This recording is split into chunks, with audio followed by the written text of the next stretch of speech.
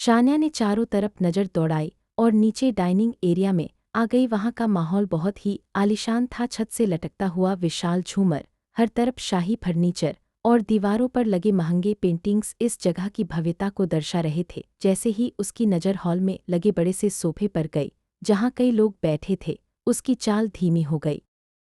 शान्या अपनी ऊंची हील्स में चलते हुए हॉल के बीचों बीच पहुंची। उसकी हील्स की आवाज़ गूंजती हुई हर किसी का ध्यान उसकी तरफ खींच रही थी। वहां बैठे लोग, जो शायद आपस में किसी जरूरी चर्चा में थे, शान्या की तरफ देखने लगे।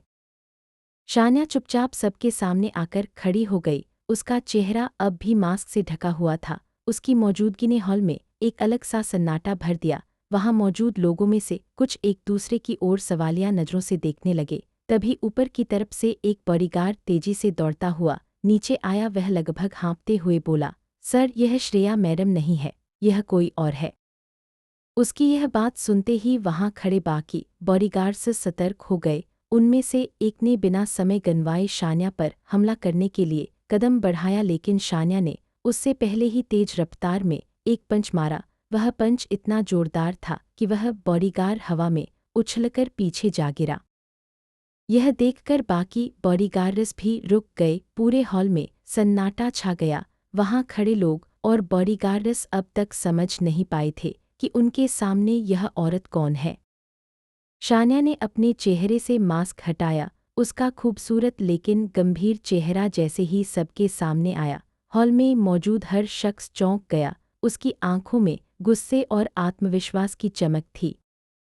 वहां खड़े बॉडीगार्ड्स, जो अभी-अभी उस पर हमला करने के लिए तैयार थे, अब एक पल के लिए पीछे हट गए। उनकी नज़रें धीरे धीरे हॉल के बीचों बीच लगे उस किंग साइज सोफे पर चली गईं, जहां एक शख्स बैठा हुआ था।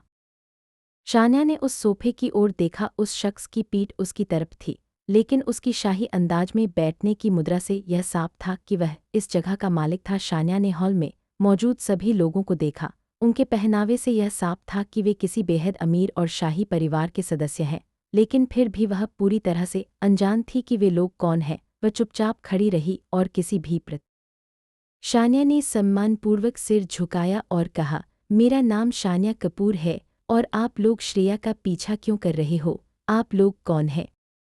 उनकी आवाज़ में एक ठंडक थी, लेकिन गुस्सा भी साफ दिखाई दे रहा था। शान्या जानती थी कि इन लोगों से सवाल करना जोखिम भरा हो सकता है, फिर भी उसे लगता था कि इनसे सच्चाई जानना जरूरी है।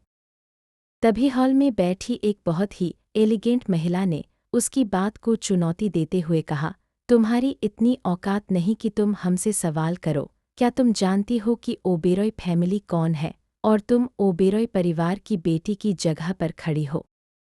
उस महिला के शब्दों में जो तिरस्कार था, वह शान्या को चुभ गया। शान्या ने धीमे से कहा, ओबेरॉय फैमिली। शान्या ने इतना ही कहा था कि फिर से वही एलिगेंट लेडी कहती है, क्यों होश खराब हो गया? ये ओबेरॉय फैमिली से है। तुमने कभी सोचा नहीं होगा ना यहाँ आना? शान्या तब से चुपचाप सुन रही थी, वरना किसी की इतनी भी औकात नहीं थी कि कोई उसके सामने तेज आवाज में।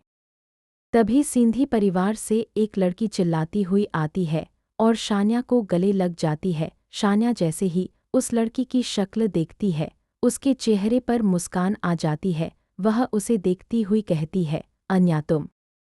अन्या हंसते हुए कहती है, दी, आपको मैं याद हूँ? शान्या हंसते हुए कहती है, बिल्कुल। वो एलिगेंट लेडी जो ओबेरॉय परिवार की बेटी यानी निशिका ओबेरॉय थी, अब अन्या से कहती है, अन्या, क्यों तुम इसे जानती हो? अन्या हंसते हुए कहती है, ये मेरी बुआ है, वही जिन्होंने उस रात मेरी मदद की थी, मेरी पावरफुल दी। अन्या की बात पर वो एलिगेंट लेडी, जो कि निशिका ओबेरॉय थी, चुप हो जाती है। फिर अन्या कहती है, भाई, ये देखो, इन्होंने ही मेरी मदद की थी। अन्या की बात पर शान्या का ध्यान अब तक चुपचाप बैठा हुए उस शख्स पर जाता है, जिसकी पीठ शान्या की तरफ थी। जैसे ही वह शख्स शान्या की तरफ देखता है, शान्या मन ही मन कहती है, सिद्धार्थ ओबेरॉय। शान्या दूर से सिद्धार्थ को ध्यान से देख रही थी। जैसे ही अन्या ने उसे देखा, वह तेजी से उसकी तरफ बढ़ी और खुश होकर बोली, भाई, याद है उस दिन जब तुमने मुझे गूंडों से शान्या जो चुपचाप देख रही थी, मन ही मन सोचने लगी, अगर अन्या सिद्धार्थ की बहन है तो श्रेया कौन है? वह अपनी सोच में खोई हुई थी। तभी सिद्धार्थ की आवाज ने सन्नाटा तोड़ा। श्रेया मेरी बहन है, वह पिछले 2 साल से लापता थी। जब हमें पता चला कि वह इंडिया में है तो मैंने अपनी बॉडीगार्ड्स को उसे ढूंढने भेजा था, लेकिन किस्मत देखो, वह तुम्हें ही मिल गई। सिद्धार्थ, जो कि घमंडी और अजनबी स्वभाव के लिए जाना जाता था, अब एक अनजान लड़की को सब कुछ विस्तार से समझा रहा था। यह दृश्य ओबेरॉय परिवार के लिए बेहद चौंकाने वाला था। सिद्धार्थ ने जैसे ही अपनी बात खत्म की, अनाया ने शानाया से सवाल किया, दी, आप श्रेया दी की जगह पर सैलून में क्या कर रही थीं? शानाया ने एक गहरी सांस ली और गंभीरता से जवाब दिया, मुझे असल में कहीं से खबर मिली थी कि कोई श्रेया का पीछा कर रहा है। मुझे ये यकीन था कि जो भी उसका पीछा कर रहा है उसे पता होगा कि श्रेया सैलून जाने वाली है। इसी वजह से मैं श्रेया की जगह पर उसके जैसे कपड़े पहनकर वहां चली गई ताकि किसी को शक न हो कि मैं श्रेया नहीं हूं। यह सुनकर पूरे कमरे में खामोशी छा गई। सभी लोग हैरानी से शानाया की तरफ देखने लगे। तभी निशिका ओबेरॉय, जो काफी समय से शानाया पर अपनी गहरी नजरें गड़ाए हुए थी, तंज भरे लहजे में बोली, तुम हो कौन और तुम्हारा श्रेया से क्या लेना देना है? निशिका के इस सवाल के बाद माहौल में एक अलग सी ठंडक फैल गई। वह शानाया को घूरती रही, जैसे उसे पूरी तरह से नीचा दिखाने की कोशिश कर रही हो, लेकिन शानाया, जो अपनी सख्त और शांत स्वभाव के लिए जानी जाती थी, बिना किसी भाव बदले निशिका की ओर देखा और एक कड़े लहजे में कहा, मैं श्रेया की दोस्त हूँ। शानाया के इस जवाब ने पूरे कमरे का ध्यान उसकी ओर खींच लिया। सब उसे गौर से देखने लगे, जैसे वे उसकी बात का सच झूठ तौलने की कोशिश कर रहे हों, लेकिन निशिका इतनी आसानी से शांत होने वालों में से नहीं थी। उसने ठहाका मारते हुए कहा, भला तुम्हारे जैसी लड़की से श्रेया दोस्ती क्यों करेगी? यह सुनकर शानाया ने एक तीखी और आकर्षक मुस्कान दी। उसने निशिका की आंखों में आंखें डालकर बेहद सधे हुए और तीखे लहजे में कहा, ये सवाल आप श्रेया से पूछिए, क्योंकि दोस्ती उसने मुझसे की है, मैंने आपसे नहीं की, जो मैं आपके सवालों का जवाब दूं। शानाया के इस जवाब ने पूरे कमरे में सन्नाटा फैला दिया। उसकी आत्मविश्वास भरी मुस्कान और करारा जवाब हर किसी को चौंका गया। दूसरी तरफ अनाया की तो हंसी ही छूट गई। वह अपनी हंसी रोकने की कोशिश करती रही, लेकिन शानाया की बातों पर खुद को रोक पाना नामुमकिन था। सिद्धार्थ, जो अब तक चुपचाप खड़ा था, एक बार फिर शानाया की तरफ देखने लगा। उसकी नज़रों में अब सिर्फ सवाल नहीं थे, बल्कि एक अनोखा सम्मान भी झलकने लगा था। निशिका, जो पहले से ही अपनी झुंझलाहट में थी, शानाया की मुस्कान और तीखे जवाब के बाद और भी असहज हो गई। निशिका ओबेरॉय गुस्से से लाल हो चुकी थी। उसने अपने ठेठ अकड़ भरे अंदाज में कहा, ओह अच्छा। इससे पहले कि शानाया कुछ कहती, अनाया ने विनती करते हुए कहा, दी प्लीज़ 2 साल हो गए हैं, श्रेया दी घर नहीं आई है, हम उन्हें बहुत मिस कर रहे हैं। श्रेया दी सिर्फ भैया की सुनती है, पर इस बार उन्होंने भैया की बात भी नहीं मानी। आप उनकी दोस्त हैं, प्लीज़ उन्हें बुला दीजिए। शानाया ने एक पल के लिए सिद्धार्थ की तरफ देखा, जो पहले से ही उसकी ओर देख रहा था। उनकी नज़रें कुछ पलों के लिए मिलीं, मानो दोनों के बीच कोई अनोखी बात हो रही हो। तभी निशिका ने फिर तंज कसते हुए कहा, अगर श्रेया सिद्धार्थ की नहीं सुनती तो इस लड़की की बात पर आएगी, इम्पॉसिबल। शानाया ने बिना कोई प्रतिक्रिया दिए अपना फ़ोन निकाला और कॉल लगाने लगी। निशिका, जो अपनी बात पर अड़िग थी, व्यंग्य भरी मुस्कान के साथ बोली, स्पीकर पर करो, हमें भी सुनना है कि श्रेया कैसे तुम्हारी बात पर ना कहती है। उसकी इस बात पर कमरे में मौजूद सभी लोग चुप हो गए। शानाया ने बिना कुछ कहे फ़ोन स्पीकर पर डाल दिया। कमरे में तनाव का माहौल था। सबकी निगाहें शानाया और उसके फ़ोन पर टिकी थी। जैसे ही फ़ोन की पहली ही रिंग गई, श्रेया ने तुरंत फ़ोन उठा लिया। यह दृश्य सबके लिए चौंकाने वाला था, क्योंकि श्रेया को कॉल उठाने के लिए कम से कम 10 बार कॉल करना पड़ता था, पर शानाया की पहली ही रिंग पर यह तो अनहोनी थी। फ़ोन उठाते ही श्रेया गुस्से से शानाया पर बरस पड़ी, खुद को क्या समझती हो, कोई प्रिंसेस हो तुम? श्रेया का लहजा बेहद रूखा और तीखा था। कमरे में सन्नाटा छा गया। निशिका, जो अब तक अपने व्यंग्य में डूबी हुई थी, हैरान रह गई। श्रेया, जो शायद ही किसी की बात इतनी जल्दी सुनती थी, शानाया पर इस तरह गुस्सा कर रही थी, जैसे दोनों के बीच कोई पुरानी नाराज़गी हो। शानाया ने अपनी आंखें बंद कर एक लंबी सांस ली और शांत लेकिन ठोस आवाज में कहा, श्रेया, गुस्सा बाद में करना, अभी तुम्हें यहाँ आना होगा। श्रेया ने गुस्से से पूछा, कहाँ? शानाया ने अपने ठंडे लहजे में जवाब दिया, ओबेरॉय मेशन। शानाया के मुंह से ओबेरॉय मेशन का नाम सुनते ही श्रेया एकदम चुप हो गई। फोन के दूसरी तरफ अचानक खामोशी छा गई, मानो ये नाम उसके लिए किसी बड़े झटके जैसा हो। कुछ सेकंड के ठहराव के बाद श्रेया ने गुस्से और अविश्वास भरी आवाज में कहा, मैं नहीं आऊंगी, लेकिन तुम वहां क्या कर रही हो? उन्होंने तुम्हें वहां रोका हुआ है। शानाया ने एक नज़र कमरे में मौजूद सभी लोगों पर डाली, जो उसे गहरे सवालों भरी निगाहों से देख रहे थे। उसने पूरी ठंडक और आत्मविश्वास से कहा, श्रेया, यह मेरा ऑर्डर है, पूर्णविराम घंटे के अंदर तुम मेरे सामने चाहिए। उसके शब्द कमरे में बिजली की तरह गूंजे। सिद्धार्थ, निशिका और बाकी सभी लोग हैरानी से शानाया को देखने लगे। यह लड़की कौन थी जो श्रेया को इतनी कड़क आवाज में आदेश दे रही थी? फोन के दूसरी तरफ श्रेया कुछ पल के लिए चुप रही। उसकी सांसें फोन पर सुनाई दे रही थीं। फिर बिना कोई और शब्द कहे उसने फोन काट दिया। करीब 1 घंटे बाद एक काली BMW तेज रफ्तार में ओबेरॉय मेशन की ओर बढ़ रही थी। कार की गति इतनी तेज थी कि सड़क पर चलने वाले लोग एक पल के लिए चौंक गए। जैसे ही BMW ओबेरॉय मेशन के मुख्य गेट पर आकर रुकी, वहां खड़े बॉडीगार्ड सतर्क हो गए। कार की खिड़की नीचे होते ही ड्राइवर सीट पर बैठे गार्ड ने तुरंत पहचान लिया। वह तुरंत सलाम करते हुए दरवाज़ा खोलने के लिए दौड़ा। मैम, आपका स्वागत है, उसने झुकते हुए कहा। BMW उसी तीव्रता से मेशन के अंदर आकर मुख्य दरवाजे के सामने रुकी। ड्राइवर तुरंत बाहर निकला और पीछे का दरवाज़ा खोलने के लिए भागा। गाड़ी का दरवाज़ा खुलते ही एक लंबी, खूबसूरत और आत्मविश्वास से भरी लड़की बाहर निकली, श्रेया ओबेरॉय, जो अपनी उपस्थिति से ही लोगों पर गहरी छाप छोड़ देती थी। उसकी एंट्री ऐसी थी कि पूरे मेशन का स्टाफ एक पल के लिए स्तब्ध हो गया। उसने अपनी गहरी आंखों से गेट से अंदर तक का जायजा लिया और फिर बेपरवाह अंदाज में अंदर चल दी। उसकी हील्स की आवाज़ संगमरमर के फर्श पर गूंज रही थी। तभी गेट पर खड़ा एक गार्ड दौड़ते हुए मेशन के अंदर पहुंचा और तेज आवाज में बोला, सर, छोटी मैडम आ गई है। कमरे में मौजूद सभी लोग, जो अब तक इंतजार में थे, अचानक चौकन्ने हो गए। अनाया की आंखों में चमक आ गई और वह खुशी से चिल्लाई, श्रेया दी आ गईं। सिद्धार्थ, जो अब तक खामोशी से खड़ा था, ने एक हल्की सांस ली, मानो उसे यकीन नहीं हो रहा था कि श्रेया सच में आ गई है। निशिका, जो अब तक व्यंग्य करती आई थी, एकदम से शांत हो गई। तभी मुख्य दरवाज़ा खुला और श्रेया अपनी तेज चाल के साथ अंदर आई। उसकी नज़र सबसे पहले शानाया पर पड़ी, जो बेहद शांत और स्थिर खड़ी थी। श्रेया ने गुस्से से उसकी ओर देखा और तंज कसते हुए बोली, तो यही वो वजह है जिसकी वजह से मुझे यहाँ आना पड़ा।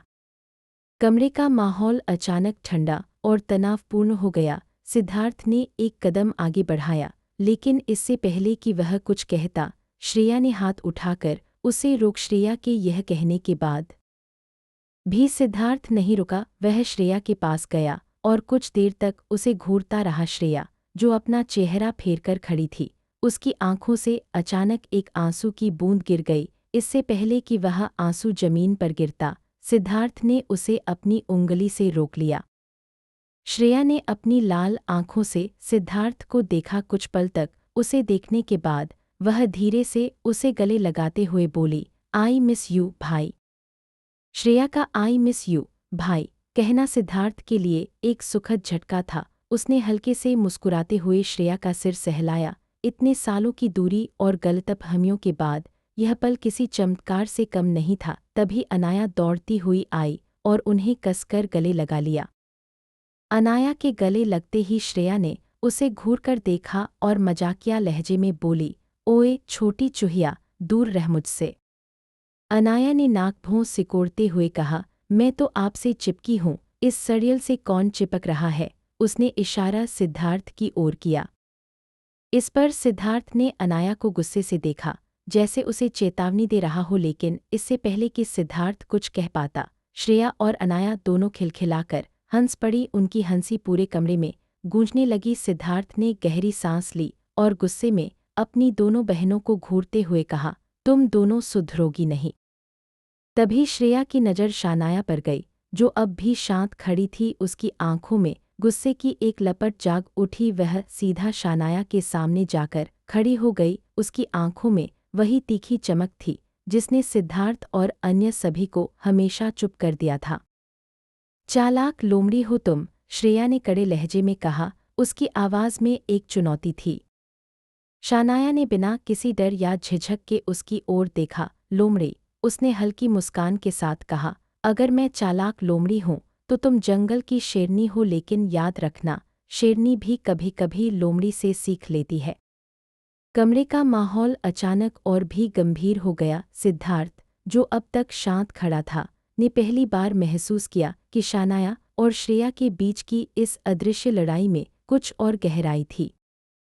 श्रेया ने शानाया को घूरते हुए कहा, तुम्हारी ये चालाकी मुझ पर काम नहीं करेगी।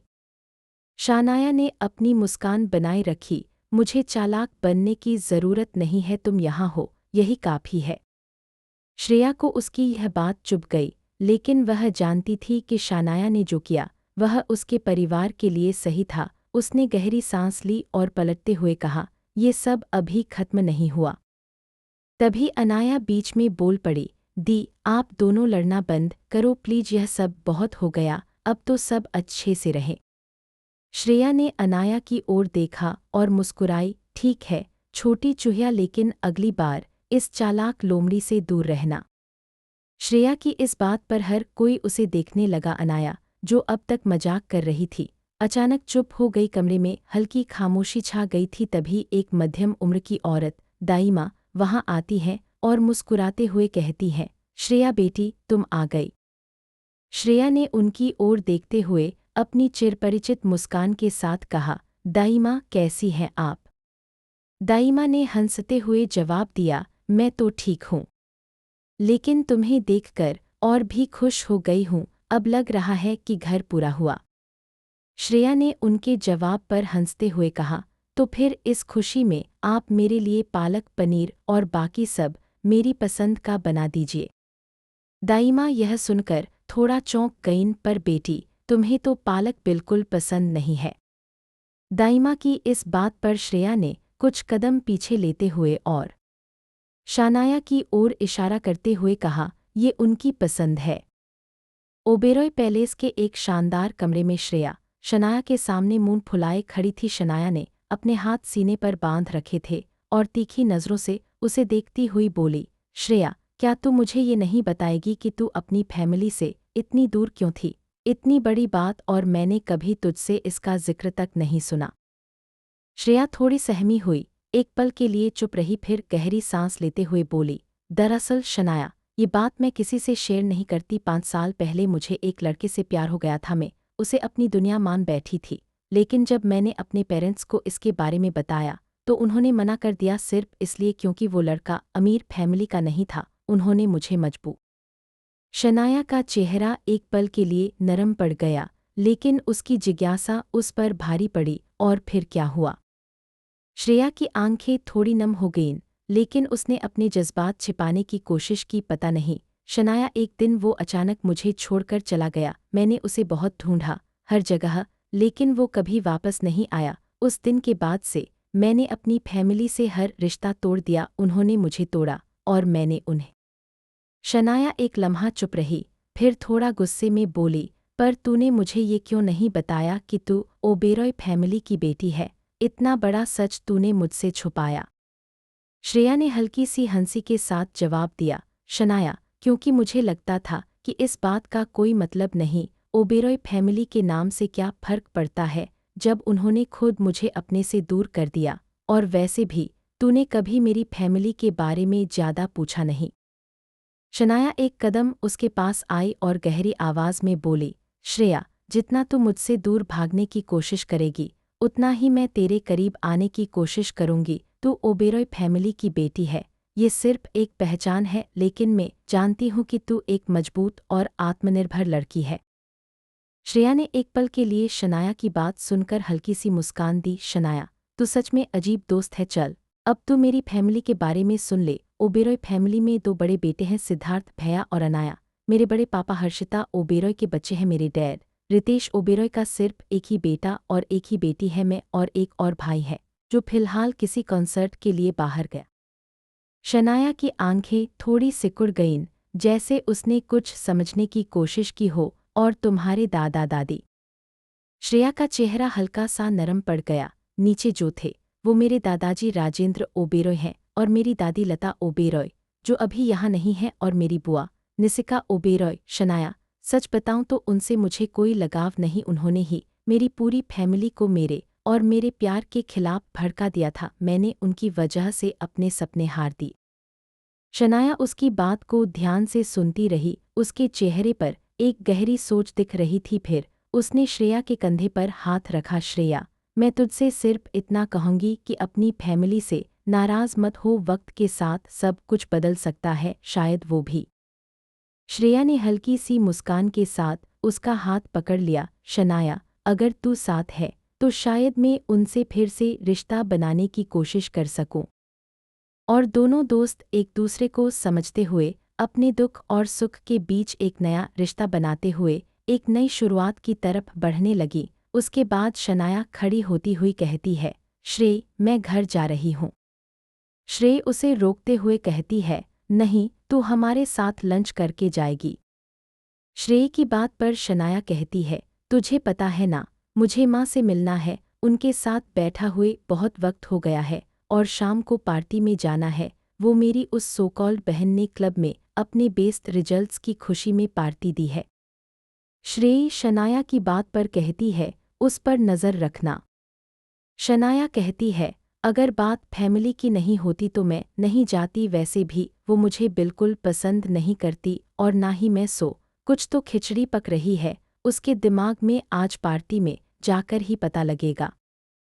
श्रेय फिर कहती है, अभी लंच होने वाला है थोड़ी देर बाद, सो तू लंच करके जाएगी। वैसे भी तुझे बहुत चोट लगी है, तूने बिल्कुल आराम नहीं किया। लंच करके चली जाना, तब तक तू यहीं आराम कर, मैं दादू के पास जा रही हूँ। शनाया ने श्रेय की बात पर बस हाँ में सिर हिला दिया।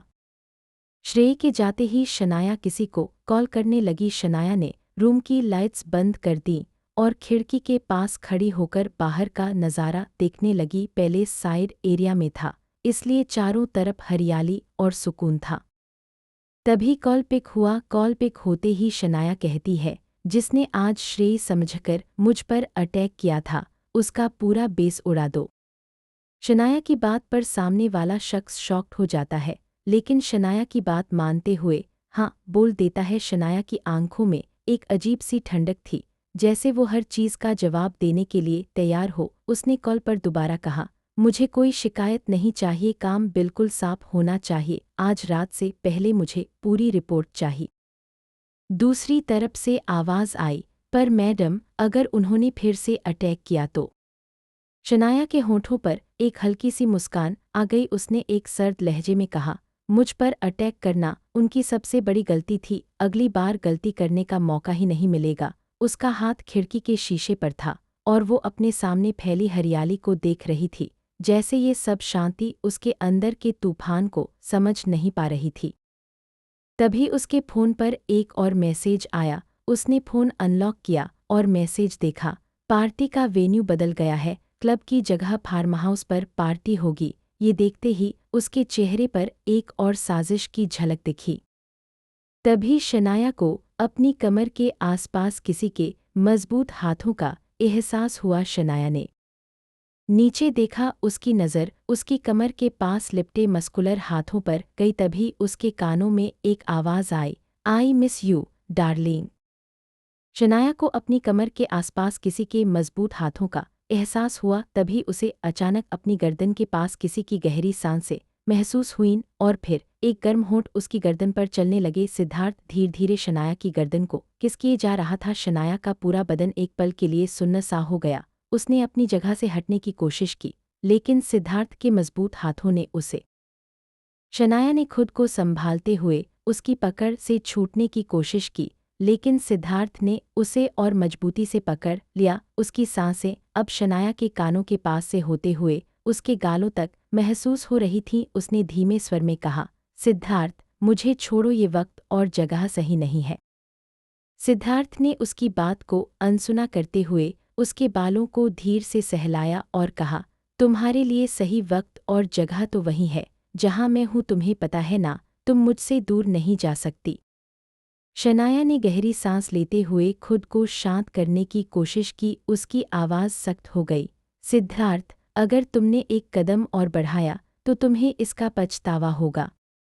सिद्धार्थ ने उसकी आंखों में झांकते हुए मुस्कुराते हुए कहा, यही तो मुझे तुम्हारे बारे में सबसे ज़्यादा पसंद है, तुम्हारी हिम्मत, लेकिन याद रखना, तुम्हारा ये गुस्सा ही तुम्हें और खूबसूरत बनाता है। शनाया कोई जवाब नहीं देती और सिद्धार्थ को खुद से दूर करके जाने लगती है। इससे पहले कि वो जाती, सिद्धार्थ शनाया का हाथ पकड़ कर उसे अपनी बाहों में खींच लेता है और दीवार से बिल्कुल सटा देता है। शनाया अब पूरी तरह से सिद्धार्थ की गिरफ्त में थी।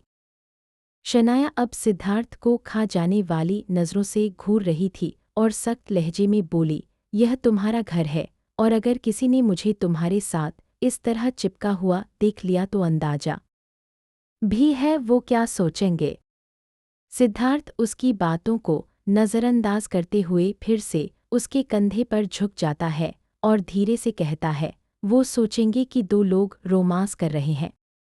शनाया एक तंज भरी मुस्कान के साथ कहती है, और तुम्हारी मंगेतर।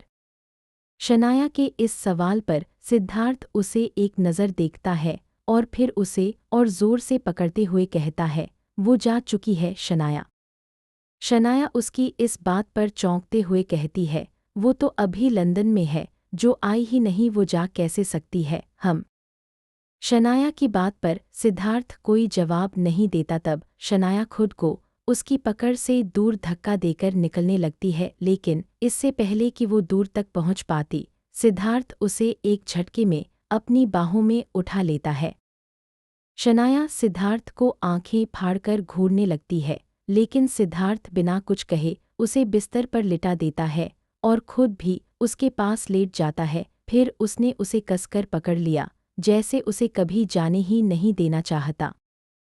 शनाया का दिल तेजी से धड़कने लगा, लेकिन उसने खुद को शांत रखने की पूरी कोशिश की। सिद्धार्थ के अचानक इस तरह करीब आने से वो घबराई हुई थी, लेकिन अपने चेहरे पर घबराहट जाहिर नहीं होने दी। सिद्धार्थ ने उसे बिस्तर पर लिटाते हुए उसके और करीब आते हुए कहा, तुम कब तक मुझसे दूर भागोगी शनाया, मैं तुम्हें कभी जाने नहीं दूंगा। शनाया ने गहरी सांस लेते हुए सख्ती से कहा, सिद्धार्थ, ये पागलपन बंद करो। तुम्हें लगता है कि इस तरह जबरदस्ती करने से मैं तुम्हें समझेंगी या तुम्हारे करीब आऊंगी, तुम गलत सोच रहे हो। सिद्धार्थ उसकी बात पर हल्के से मुस्कुराया और उसके बालों को पीछे करते हुए धीरे से बोला, मैं जबरदस्ती नहीं कर रहा शनाया, मैं बस वो ले रहा हूँ जो हमेशा से मेरा था। तुम्हें ये मानना होगा कि तुम भी मुझे चाहती हो, वरना तुम इतनी देर से मुझसे लड़ती नहीं बल्कि चली गई होती। शनाया ने उसकी बात सुनकर गुस्से में कहा, तुम्हारी ये सोच तुम्हें बर्बाद कर देगी। सिद्धार्थ, मैं तुम्हारी जिद का हिस्सा नहीं बनना चाहती, मुझे जाने दो। लेकिन सिद्धार्थ उसकी बातों को अनसुना करते हुए उसके और करीब आ गया। उसने उसकी आंखों में देखते हुए कहा, जाने देना तो मेरे बस में ही नहीं है। अगर तुमने मेरी जिंदगी में कदम रखा है तो अब तुम्हें ये समझना होगा कि तुम सिर्फ मेरी हो। शनाया ने अचानक अपना हाथ उसकी पकड़ से छुड़ाया और गुस्से में कहा, तुम्हारी इस हरकत का अंजाम तुम्हें ही भुगतना पड़ेगा। सिद्धार्थ, ये जो तुम कर रहे हो ये प्यार नहीं है, ये पागलपन है। सिद्धार्थ उसकी बातों पर हल्का सा हंसा और उसकी ठोड़ी को अपने हाथों में पकड़ते हुए कहा, तो तुम इसे जो भी नाम देना चाहो दे दो, लेकिन याद रखना, ये पागलपन तुम्हें कभी दूर नहीं जाने देगा। शनाया को सिद्धार्थ की बातों से एक अजीब सा डर महसूस होने लगा। वो बिल्कुल चुप हो गई, मानो उसकी जुबान ने काम करना बंद कर दिया हो। सिद्धार्थ ने जब उसकी यह खामोशी देखी तो उसने धीरे धीरे उसका चेहरा अपने हाथों में लिया और उसकी आंखों में गहरी नज़रों से देखते हुए कहा, तुम जुनून हो मेरा शनाया। जैसे ही सिद्धार्थ के मुंह से ये शब्द निकले, शनाया का दिल और तेजी से धड़कने लगा। उसने खुद को संभालने की कोशिश की, लेकिन उसकी आंखों में डर और उलझन साफ झलक रही थी। वो मन ही मन कहने लगी, जुनून, सिद्धार्थ ओबेरॉय का जुनून, ये जुनून कहीं मुझे खत्म न कर दे। सिद्धार्थ उसकी उलझी हुई आंखों को देखकर हल्के से मुस्कुराया और उसके बालों को अपने हाथों से धीरे धीरे सहलाते हुए बोला, तुम मुझसे भागने की जितनी भी कोशिश कर लो, शनाया, मैं तुम्हें अपनी जिंदगी से कभी जाने नहीं दूंगा। तुम मेरी हो, सिर्फ मेरी। शनाया ने थोड़ा गुस्से और डर के बीच खुद को संयत रखते हुए कहा, सिद्धार्थ, ये जुनून तुम्हें बर्बाद कर देगा। मैं तुम्हारे किसी खेल का हिस्सा नहीं बनूंगी, मुझे जाने दो। सिद्धार्थ उसकी बातों पर हल्का सा हंसते हुए उसके करीब झुकते हुए बोला, खेल, ये कोई खेल नहीं है शनाया, ये प्यार है, वो प्यार जो मेरी रगों में दौड़ता है, और तुम्हें ये मानना ही होगा कि तुम्हारा दिल भी मेरे लिए धड़कता है। शनाया ने गहरी सांस लेते हुए कहा, सिद्धार्थ, तुम जो भी सोच रहे हो वो गलत है। मुझे प्यार में कैद नहीं किया जा सकता, मैं तुम्हारी नहीं हूँ। सिद्धार्थ ने उसकी बातों को अनसुना करते हुए उसके गाल पर अपनी उंगलियां फिराईं और धीरे से कहा, तुम्हें इस बात को समझने में थोड़ा वक्त लगेगा, लेकिन याद रखना, मैं तुम्हें कभी किसी और का नहीं होने दूंगा। तुम सिर्फ मेरी हो और हमेशा मेरी रहोगी। शनाया ने गुस्से में अपनी पूरी ताकत लगाकर सिद्धार्थ को दूर धकेलने की कोशिश की, लेकिन सिद्धार्थ की पकड़ इतनी मजबूत थी कि वो अपनी जगह से हिला भी नहीं। उसने धीरे से उसके कान में फुसफुसाते हुए कहा, तुम जितना दूर जाने की कोशिश करोगी, मैं उतना ही करीब आऊंगा, ये मेरा वादा है। शनाया ने अपनी आंखें बंद कर ली और खुद को शांत करने की कोशिश की। वो जानती थी कि सिद्धार्थ के इस जुनून का अंजाम खतरनाक हो सकता है। शनाया ने मन ही मन खुद को संभालते हुए कहा, नहीं, ऐसा नहीं हो सकता। फिर उसने एक गहरी सांस ली और सिद्धार्थ को घूरते हुए कहा, बेहतर होगा कि अपनी मंगेतर पर ध्यान दो, ना कि मुझ पर। इतना कहकर वो बेड से उठ गई। सिद्धार्थ अब उसकी नज़रें इतनी गहरी और तीव्र थीं कि शनाया को असहज महसूस होने लगा। शनाया दरवाजे की तरफ बढ़ने लगी, लेकिन तभी उसे याद आया कि श्रेया ने कहा था कि वो बिना लंच किए जाने नहीं देगी और नीचे निशिका ओबेरॉय होगी। उसने झुंझलाते हुए सोचा, इससे बेहतर तो यही है कि मैं ऊपर ही रुक जाऊं। उसने एक बार फिर सिद्धार्थ की ओर देखा, जो अब भी उसी तीव्र नज़रों से उसे घूर रहा था। उसकी नज़रों में ऐसा कुछ था जो उसे विचलित कर रहा था। उसने गहरी सांस ली और जाकर सोफे पर बैठ गई।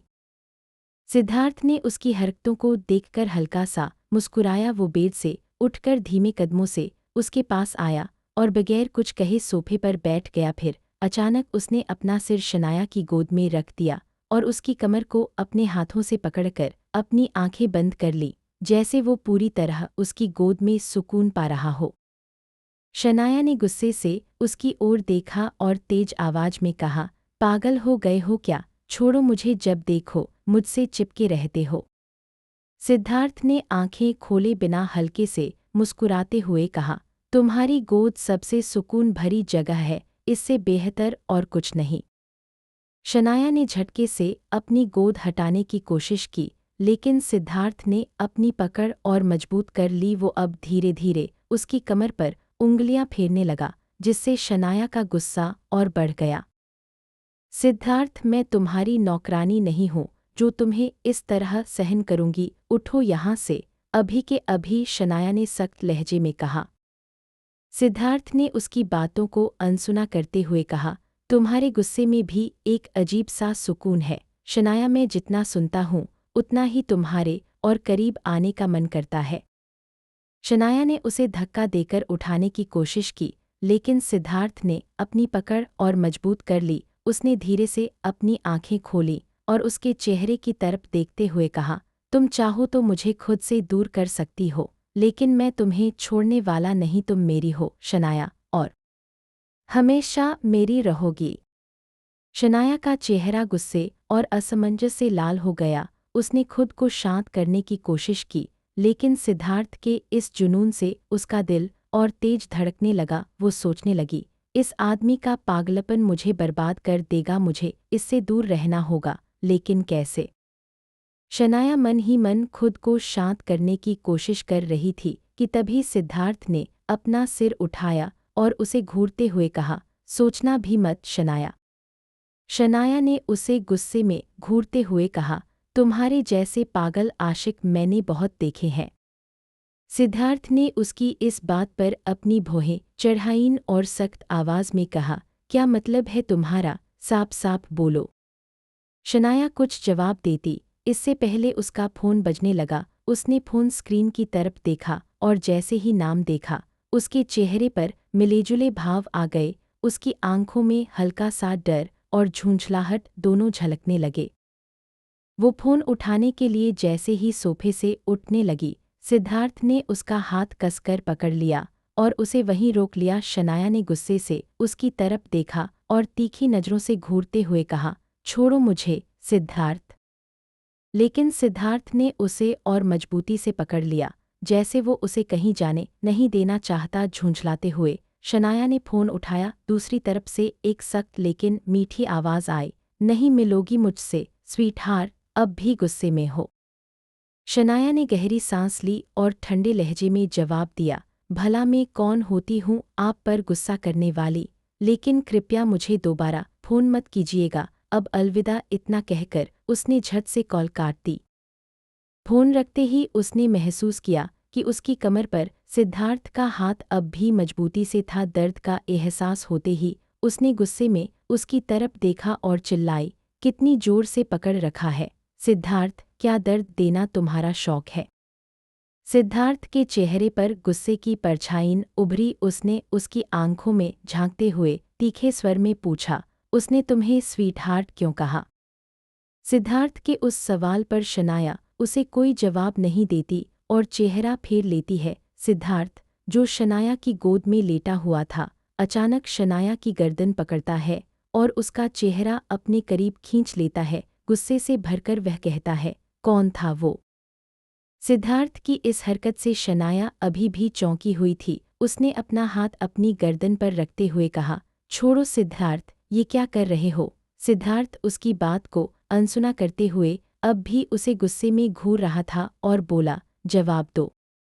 शनाया ने भी उसे घूरते हुए कहा, तुम्हें जलन हो रही है। सिद्धार्थ उसकी बात पर हल्का सा हंसते हुए कहता है, जलन मुझे उससे हो जो मुझसे ऊपर हो, और जो भी था वो मुझसे बहुत नीचे होगा। शनाया ने उसे गुस्से से देखते हुए कहा, वो काफ़ी पावरफुल और तुमसे कई ज़्यादा हैंडसम है। इतना सुनते ही सिद्धार्थ की माथे की नसें गुस्से में उभर आईं। उसकी आंखों में अब एक अलग ही जुनून दिखाई दे रहा था। वह शनाया को और पास खींचते हुए बोला, तुम मेरी सहनशक्ति को मत आजमाओ। शनाया, चाहे वो कोई भी हो, मैं उसे मिट्टी में मिला दूंगा, याद रखना तुम सिर्फ मेरी हो। सिद्धार्थ ने शनाया की बात सुनकर गुस्से में अपनी पकड़ और मजबूत कर दी। उसकी आंखें गुस्से और जुनून से भर चुकी थी। उसने शनाया की तरफ झुकते हुए कहा, क्या तुम सच में मुझे जलाने की कोशिश कर रही हो। शनाया, अगर वो मुझसे ज़्यादा हैंडसम और पावरफुल है तो फिर तुम यहाँ मेरे सामने क्यों खड़ी हो। शनाया ने गहरी सांस ली और उसे गुस्से से देखते हुए कहा, तुम्हें क्या लगता है मैं तुम्हारे सामने इसलिए खड़ी हूँ क्योंकि मुझे कोई और ऑप्शन नहीं है। तुम्हारे जैसे खुदगर्ज और घमंडी इंसान के साथ रहना मेरी मजबूरी है, समझे। सिद्धार्थ ने उसकी बात पर ठहाका लगाया, लेकिन उसकी हंसी में गुस्से की झलक साफ दिख रही थी। उसने शनाया की ठुड्डी अपने हाथ से पकड़ ली और उसे अपनी आंखों में देखने पर मजबूर करते हुए कहा, मजबूरी नहीं शनाया, तुम मेरी हो और ये मैं तुम्हें बार बार साबित करने पर मजबूर नहीं करना चाहता, लेकिन अगर तुमने मुझे चैलेंज किया तो मैं खुद तुम्हारे हर सवाल का जवाब बन जाऊंगा। शनाया ने अपनी ठुड्डी छुड़ाने की कोशिश की, लेकिन सिद्धार्थ ने उसे और कसकर पकड़ लिया। उसने ठंडी आवाज़ में कहा, और वो जो भी है, अगर उसने तुम्हारे करीब आने की कोशिश की तो मैं उसे खत्म कर दूंगा, याद रखना। शनाया, ये जुनून नहीं, ये हक है और अपने हक को मैं कभी किसी के साथ शेयर नहीं करता। शनाया ने उसकी बात पर एक तीखी मुस्कान दी और कहा, तुम्हारा हक, तुमसे किसने कहा कि मुझ पर तुम्हारा कोई हक है। मुझे अपनी जिंदगी में किसी को आने या जाने का पूरा हक है और तुम मुझे रोक नहीं सकते। सिद्धार्थ ने उसके इस जवाब पर झुकते हुए और गुस्से में कहा, रोका तो मैंने अब तक खुद को है। शनाया, तुमने मुझे जिस कगार पर लाकर खड़ा किया है वहां से वापस जाने का कोई रास्ता नहीं है। तुम्हारी जिंदगी में कोई और नहीं आ सकता क्योंकि अब वो सिर्फ मेरी है। शनाया ने उसकी आंखों में झांका, जहां सिर्फ जुनून और अधिकार था। उसने गुस्से से अपनी नजरें हटाई और कहा, तुम्हारा ये पागलपन तुम्हें कहीं का नहीं छोड़ेगा, सिद्धार्थ। सिद्धार्थ ने उसके बालों को हल्के से छूते हुए कहा, पागलपन? तुमने सही कहा, ये पागलपन ही तो है जो मुझे तुम्हारे बिना एक पल भी जीने नहीं देता। शनाया ने उसकी बातों को नज़रअंदाज करते हुए खुद को छुड़ाने की कोशिश की, लेकिन सिद्धार्थ ने उसे फिर से अपनी बाहों में कैद कर लिया और धीरे से कहा, तुम्हें ये मानना ही पड़ेगा कि तुम्हारा और मेरा रिश्ता किस्मत ने तय किया है और इसे कोई नहीं बदल सकता। शनाया ने अपनी आवाज़ को सख्त करते हुए कहा, तुम्हारी ये जबरदस्ती तुम्हें मेरे करीब कभी नहीं लाएगी, सिद्धार्थ।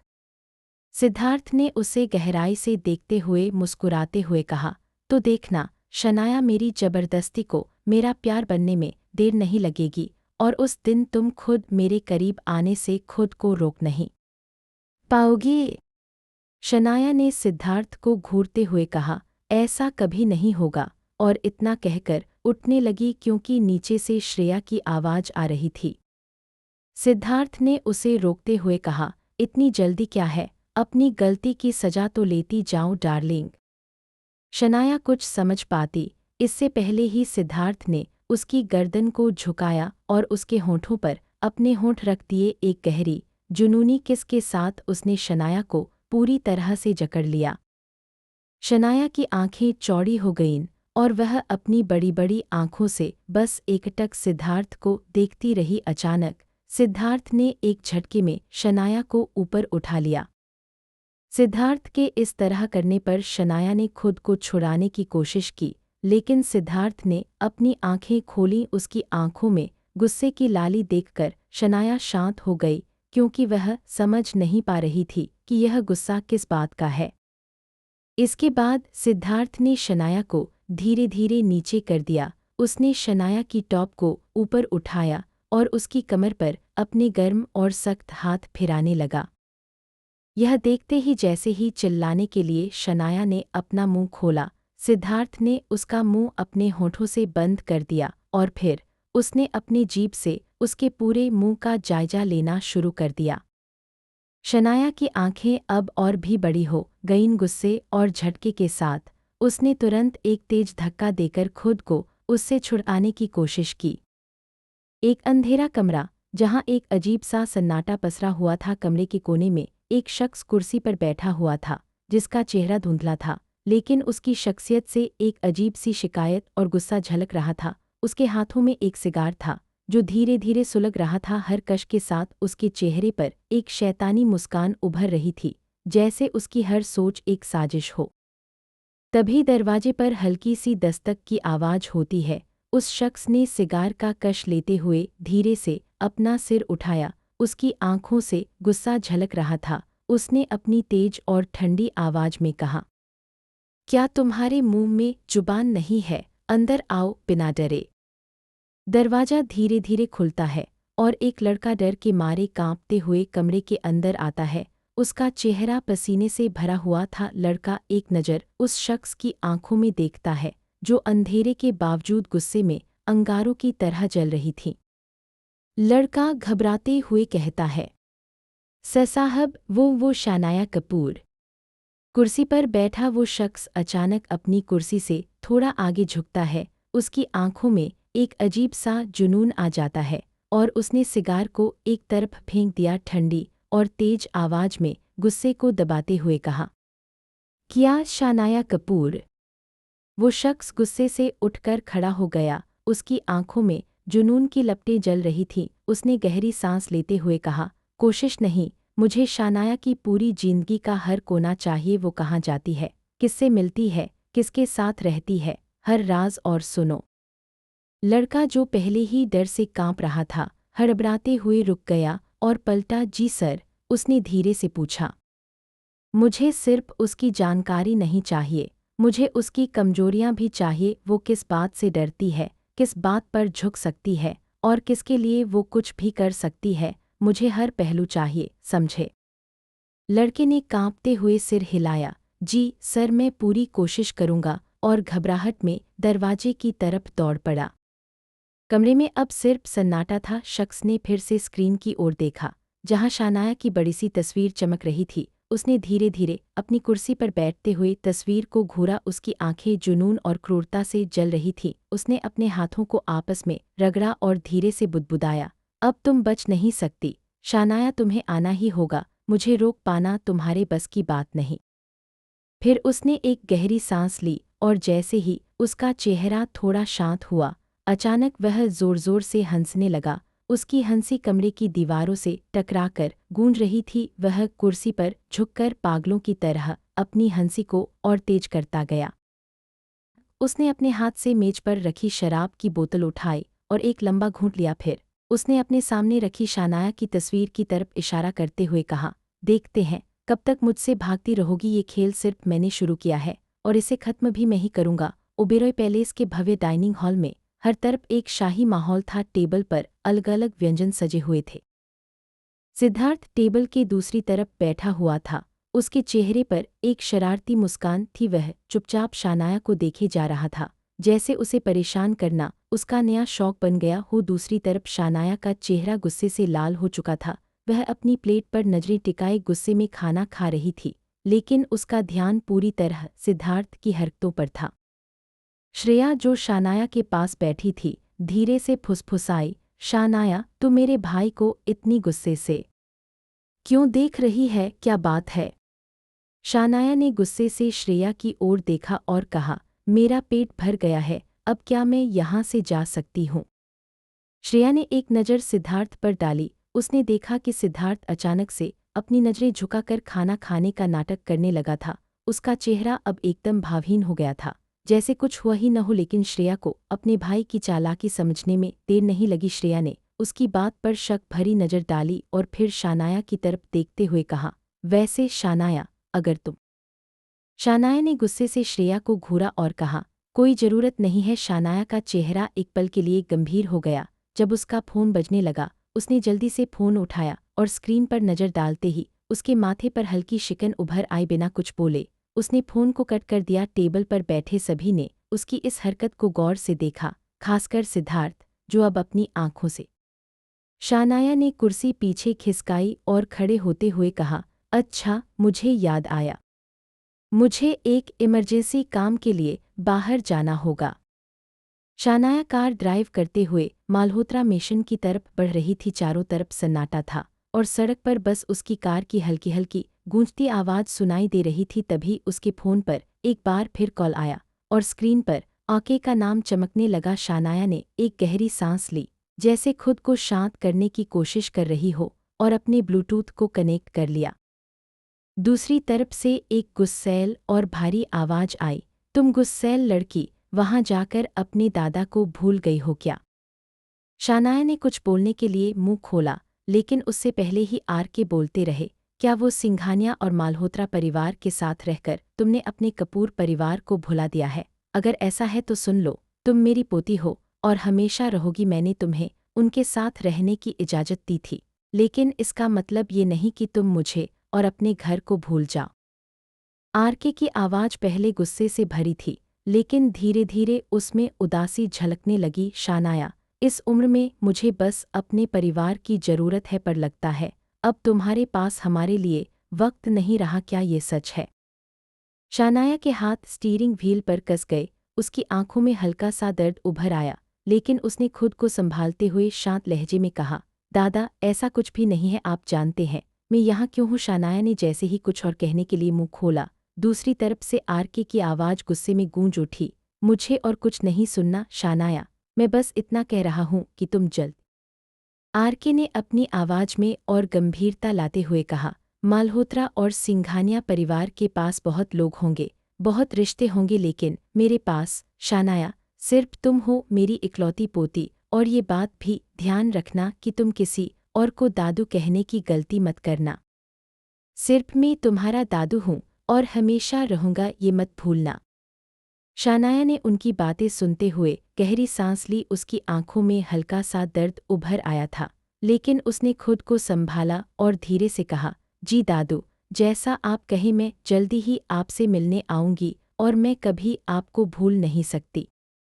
आरके ने थोड़ी देर चुप्पी के बाद कहा, याद रखना शानाया, ये दुनिया तुम्हें बांटने की कोशिश करेगी लेकिन तुम्हें अपनी जड़ों को कभी नहीं भूलना। अगर मैंने तुम्हें यहाँ से जाने दिया तो इसका मतलब ये नहीं कि तुम मुझे भुला दो, मुझे इंतजार है तुम्हारा, बस ये याद रखना। शानाया ने हल्के से सिर हिलाया, भले ही वह जानते थे कि आरके उसे देख नहीं सकते। उसने एक गहरी सांस लेते हुए जवाब दिया, जी दादू, आप चिंता मत कीजिए, मैं आपको निराश नहीं करूंगी। कॉल खत्म होने के बाद शानाया ने फ़ोन को धीरे से डैशबोर्ड पर रखा। उसकी आंखों में उदासी और जिम्मेदारी का अजीब सा मिश्रण झलक रहा था। उसने खुद से बड़बड़ाया, दादर हमेशा सही होते हैं, पर मैं जिस राह पर चल रही हूँ वो उनकी उम्मीदों से बिल्कुल अलग है। मुझे अपने फैसले पर डटे रहना होगा, चाहे कुछ भी हो जाए। वह मालहोत्रा मिशन के पास पहुंच चुकी थी। गेट खुलने की आवाज़ ने उसकी सोच को तोड़ दिया। जैसे ही शानाया की कार गेट के अंदर गई, उसने चारों तरफ कई महंगी और लग्जरी गाड़ियों को खड़ा देखा। शानाया कुछ समझ पाती तब तक वहां एक बॉडीगार्ड आया और शानाया के लिए कार का दरवाज़ा खोलते हुए विनम्रता से खड़ा हो गया। शानाया ने कार से उतरते हुए पूछा, इतनी सारी गाड़ियां कौन आया है? बॉडीगार्ड ने सिर झुकाते हुए कहा, मैडम, सिंघानिया पैलेस से कुछ लोग आए हैं। यह सुनते ही शानाया ने अपने चेहरे पर वही ठंडा और बेपरवाह सा भाव बनाए रखा और सीधे अंदर की तरफ बढ़ गई। जैसे ही वह मेन हॉल के अंदर गई, उसकी नज़रें वहां के भव्य नज़ारे पर टिक गईं। पूरा हॉल महंगे और खूबसूरत गिफ्ट से भरा हुआ था। कीमती गहनों के बॉक्स, रेशम की साड़ियाँ, बड़े बड़े गुलदस्ते, विदेशी ब्रांड्स के बैग और कई अन्य कीमती सामान हॉल में करीने। शानाया यह सब देखकर हैरान हो गई। वह चुपचाप खड़ी होकर चारों ओर नज़र घुमाने लगी। उसकी आंखों में हल्की झुंझलाहट झलक रही थी, लेकिन उसने खुद पर काबू रखा। तभी एक काले सूट में सजा हुआ आदमी उसके सामने आया और सिर झुकाते हुए विनम्रता से कहा, प्रिंसेस, यह सारे तोहफे आपके लिए हैं। आपके नानो मिस्टर अशोक सिंघानिया ने यह सब भेजा है। शानाया ने उस व्यक्ति की बात सुनकर उसे तीखी नज़रों से देखा और गहरी सांस लेते हुए कहा, यह सब क्या है? क्यों भेजा है उन्होंने यह सब? सूट पहने आदमी ने सिर झुकाते हुए जवाब दिया, मैडम, आपके नानू ने यह सब आपकी खुशी के लिए भेजा है। वह चाहते हैं कि आपको उनकी अहमियत का एहसास हो। उन्होंने कहा है कि आप उनकी इकलौती पोती हैं और उनकी दुनिया सिर्फ आप ही है। शानाया कुछ जवाब देती उससे पहले ही वहाँ सीता जी आती हुई बोली, बेटा, ये सब। वह अपनी बात पूरी कर पाती इससे पहले ही नताशा वहाँ आ गई। जैसे ही नताशा की नज़र हॉल में पड़े गिफ्ट्स पर पड़ी, उनके चेहरे पर खुशी की लहर दौड़ गई। वह उत्साह से चहकते हुए बोली, वाह, नानू ने ये सब भेजा है। मेरे पास होना ही एक बड़ी खुशी की बात है। मैं यकीन नहीं कर सकती कि ये सब। नताशा ने इतना कहते हुए एक बॉक्स को छूने के लिए अपना हाथ बढ़ाया ही था कि तभी काले सूट वाला आदमी तेजी से आगे बढ़ा और उसे रोकते हुए सख्ती से बोला, माफ़ कीजिए मैडम, आप इन गिफ्ट्स को नहीं छू सकती। ये सब सिर्फ और सिर्फ हमारी प्रिंसेस के लिए है। नताशा ने हैरानी और गुस्से से उस आदमी को देखा और तीखे लहजे में पूछा, कौन प्रिंसेस? यहाँ तो कोई प्रिंसेस नहीं रहती। नताशा के यह पूछने पर कि प्रिंसेस कौन है, वह ब्लैक सूट वाला आदमी अजीब नज़रों से उसे देखता हुआ जवाब देता है, हमारी प्रिंसेस मिस शानाया मल्होत्रा। क्या आपको सिंघानिया परिवार की परंपरा के बारे में नहीं पता?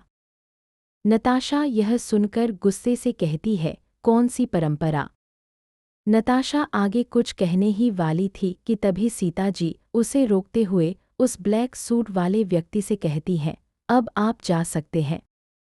सीता जी की बात पर वह ब्लैक सूट वाला व्यक्ति सिर झुकाता है। सीता जी और शानाया के सामने झुककर सलाम करता है और वहां से चला जाता है। उसके जाने के बाद शानाया सीता जी से पूछती है, मॉम, यह सब क्या है? सीता जी गहरी सांस लेते हुए कहती हैं, यह सब तुम्हारे नानूजी ने भेजा है, तुम्हारे लिए एक तोहफा। तुम्हें इसे स्वीकार करना ही होगा। उन्होंने इसे बहुत प्यार से भेजा है। शानाया बस सिर हिलाकर हामी भर देती है। तभी सीता जी को एक कॉल आ जाती है और वह वहाँ से चली जाती हैं।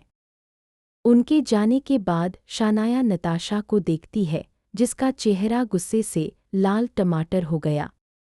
धाय शानाया नताशा के पास जाकर उसके सामने खड़ी हो जाती है और अपनी व्यंग्यात्मक मुस्कान के साथ कहती है, कितना जलती हो तुम मुझसे, है ना? नताशा मासूम सा चेहरा बनाते हुए कहती है, मैंने क्या किया दी? आप मुझे ऐसा क्यों बोल रही हो? आप मुझसे नफरत करती हो तो ठीक है, लेकिन ऐसे मत बोलो। शानाया उसकी बात सुनकर हंसते हुए कहती है, ड्रामा मत करो नताशा, तुम्हारा हर काम मुझे नीचा दिखाने का होता है, लेकिन तुम भूल रही हो कि मैं तुमसे कहीं आगे हैं। ये प्रिंसेस वाली बात सुनकर तुम्हारे अंदर की आग और भड़क गई, है ना? शानाया की बात पर नताशा नकली आंसू बहाते हुए जोर जोर से रोने लगती है और बिलखते हुए कहती है, प्लीज़ दी, मुझे ऐसा मत कहो। आप मुझे इतनी नफरत क्यों करती हैं? मैंने आपका क्या बिगाड़ा है? शानाया नताशा के इस ड्रामे से ज़रा भी प्रभावित नहीं होती। वह थोड़ा निराश होकर कड़े लहजे में कहती है, अभिनय में थोड़ी और मेहनत करो नताशा, तुम्हारा यह ओवर ड्रामा मुझे बिल्कुल भी प्रभावित नहीं करता। तभी पीछे से एक ठंडी और गहरी आवाज़ आती है, शानाया। शानाया का चेहरा एकदम ठंडा और गंभीर हो जाता है। वह बिना हिले डुले उस आवाज़ की ओर देखने लगती है। वहीं नताशा के चेहरे पर अचानक एक व्यंग्यपूर्ण मुस्कान उभर आती है। वह जल्दी से पलटकर पीछे खड़े ध्रुव के गले लग जाती है और नाटकीय लहजे में बोलती है, भाई देखो नहदी मेरे बारे में क्या क्या बोल रही है, मुझे हमेशा नीचा दिखाने की कोशिश करती है। शानाया बिना कुछ कहे अपनी जगह पर खड़ी रहती है और सिर्फ ध्रुव को देखती है। उसकी निगाहें बिल्कुल खाली थीं, लेकिन उनमें हल्की सी बेचैनी छिपी थी। ध्रुव, जो काले सूट में खड़ा था, अपनी गहरी और तीखी आंखों से शानाया को देखता है। फिर वह धीरे धीरे नताशा का सिर सहलाते हुए शांत आवाज में कहता है, जाओ नताशा, अपने कमरे में जाओ। नताशा उसकी बात सुनते ही झिझकते हुए कहती है, पर भाई। ध्रुव उसे अपनी ठंडी तेज नज़रों से घूरता है। उसकी आंखों में एक अनोखी चेतावनी थी।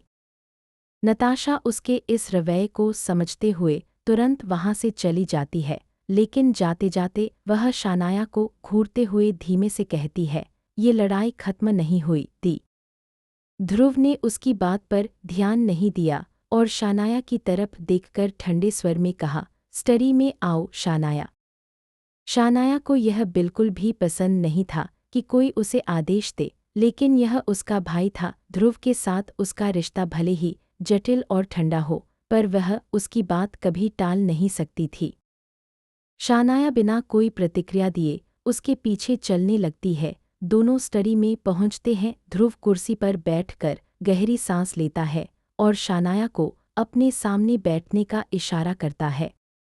बैठो, ध्रुव की आवाज़ में वही ठंडापन था। शानाया उसकी आंखों में देखते हुए धीमे से कहती है, क्या बात है भाई? ध्रुव शानाया को गंभीरता से देखते हुए कहता है, अभी जो बाहर हुआ उसके बारे में कुछ कहना चाहोगी? शानाया बिना अपनी नज़रें हटाए शांत लहजे में जवाब देती है, आपको क्या लगता है भाई? ध्रुव गहरी सांस लेते हुए कुर्सी पर झुकता है और धीरे धीरे कहता है, हमें पता है कि नताशा तुम्हें पसंद नहीं करती, और हाँ, वो तुमसे जलती भी है, लेकिन शानाया, वो तुम्हारी छोटी बहन है। परिवार की इज्जत और रिश्तों की मर्यादा बनाए रखना तुम्हारी जिम्मेदारी भी है। मैं उससे बात करूंगा, आज के बाद वो कोई भी फालतू हरकत नहीं करेगी। शानाया उसकी बात सुनकर थोड़ी देर चुप रहती है, फिर ठंडे स्वर में जवाब देती है, इसकी कोई ज़रूरत नहीं है भाई, मैं उसे हैंडल कर लूंगी। आप नताशा को बचाने की इतनी जहमत मत उठाए, उसे मेरी आदत पड़ जाएगी। ध्रुव उसकी तरफ देखते हुए कुर्सी से उठता है और उसके करीब आकर उसके बालों को हल्के से सहलाते हुए कहता है, तुम इतने समय से घर से दूर रही हो शानाया, तुम्हारे हिस्से का सारा प्यार नताशा को मिल गया। मुझे लगता है शायद इसीलिए तुम्हारे और उसके बीच इतनी दरार आ गई है। शानाया अपनी जगह से उठती है और तीखी नज़रों से उसकी ओर देखती है, प्यार भाई, ये जो प्यार आप नताशा को देते आए हो, उसने इसे कभी प्यार की तरह लिया ही नहीं। उसने इसे अपनी ताकत बना लिया और अब उसे लगता है कि वो इस घर की रानी है, लेकिन उसे भूलने की बीमारी है कि असली रानी कौन है। ध्रुव उसकी बात पर हल्की मुस्कान के साथ सिर झुकाता है। तुम्हारी यही बात मुझे पसंद है शानाया, तुम्हारी बेबाकी पर याद रखो, ये घर सिर्फ लड़ाई का मैदान नहीं है, ये तुम्हारा भी घर है और इस घर की जिम्मेदारी तुम्हारी भी है। शानाया उसकी बात को अनसुना करती हुई कहती है, भाई मैं हमेशा से अपनी लड़ाई खुद लड़ती आई हूँ, मुझे किसी की मदद की ज़रूरत नहीं है और न ही नताशा की किसी हरकत से फर्क पड़ता है, बस आप इस मामले में न पड़। ध्रुव उसकी बात सुनकर एक गहरी सांस लेता है और फिर मुस्कुराते हुए कहता है, ठीक है, मैं नहीं पड़ेगा, पर याद रखना शानाया, मैं तुम्हारा भाई हूँ, तुम्हारी खुशी के लिए मैं कुछ भी कर सकता हूँ और तुम्हें जिस चीज़ का भी हक है वो सब तुम्हें दिलाकर रहूँगा, ये मेरा वादा है। शानाया उसकी आंखों में देखती है, उसकी ठंडी आंखों में हल्की सी नरमी दिखती है, लेकिन वह अपने इमोशंस को छिपाते हुए कहती है, आपका ये वादा मैं याद रखूंगी भाई, पर याद रहे मैं जो कुछ भी चाहती हूँ उसे पाने के लिए मुझे किसी की मदद नहीं चाहिए। ध्रुव उसके इस जवाब पर मुस्कुराता है और हल्के से उसके कंधे पर हाथ रखकर कहता है, तुम हमेशा से जिद्दी रही हो शानाया, और शायद यही तुम्हारी ताकत है।